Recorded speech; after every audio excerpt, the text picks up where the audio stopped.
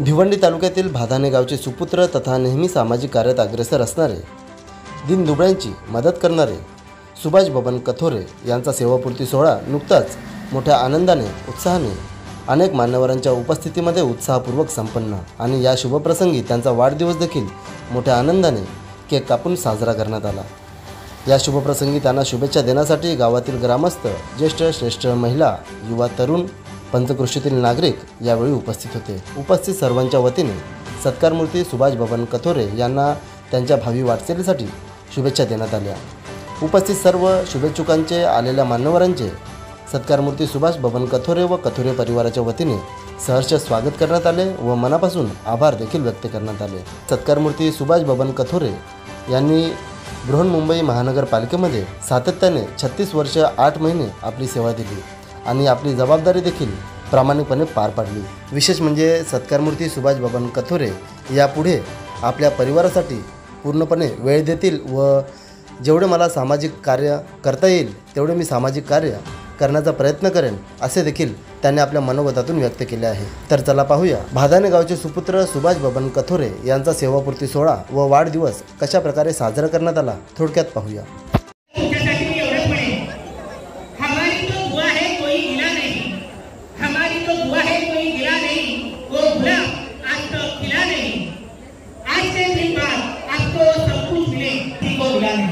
दादा तुम्हाला आजच्या ह्या कार्यक्रमाचा औचित्य साधून या कार्यक्रमानिमित्ताने आपण वाढदिवस सोहळा व सेवानिवृत्ती सोहळा आपण इथे पार पाडला।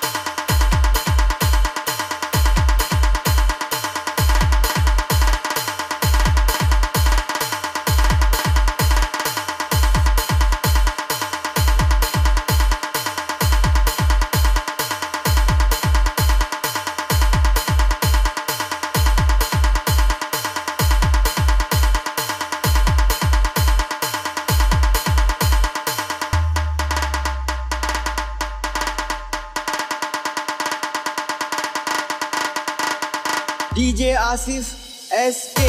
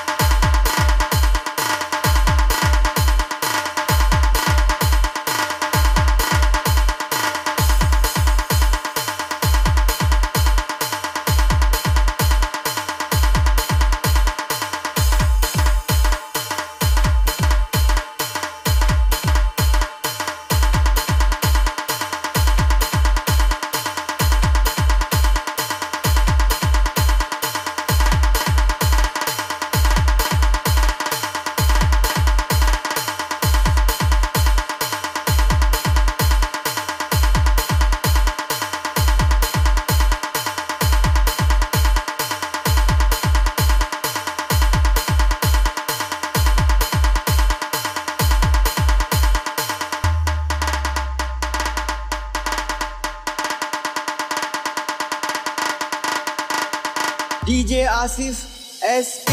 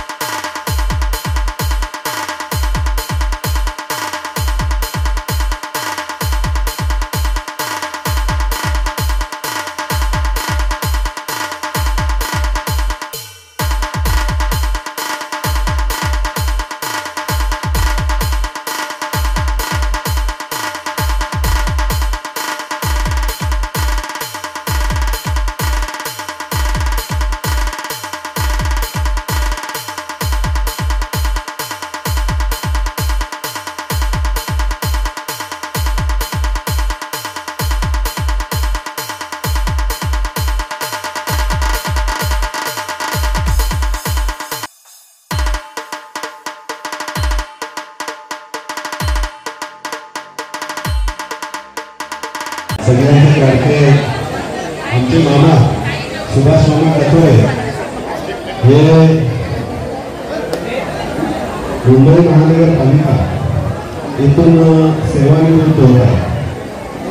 प्रसादचाही काल फोन होता आणि काल मामांचाही फोन होता. फोन आल्यावर म्हणालो काही रिटायरमेंट अजून वेळ झालेली नाही. म्हणजे खऱ्या अर्थाने बघितलं गेलं त्यांच्याकडे जर बघितलं गेलं तर सेवानिमित्त ही काय अजून त्यांची काय वेळ नाही. म्हणजे चिंतन अजून दिसतात. म्हणजे सगळ्यात तात्पर्य एवढा की आपल्या सेवेच्या माध्यमातून आपली स्वतःची शरीराची देखील त्याच उद्देशाने मामाने देखील आपली सेवा करत असताना आपल्या स्वतःकडे देखील लक्ष दिलेले आहे. आणि त्यांच्याकडे बघितलं गेलं तर ते आपल्याला सगळ्यांना असं पाहायला मिळतं.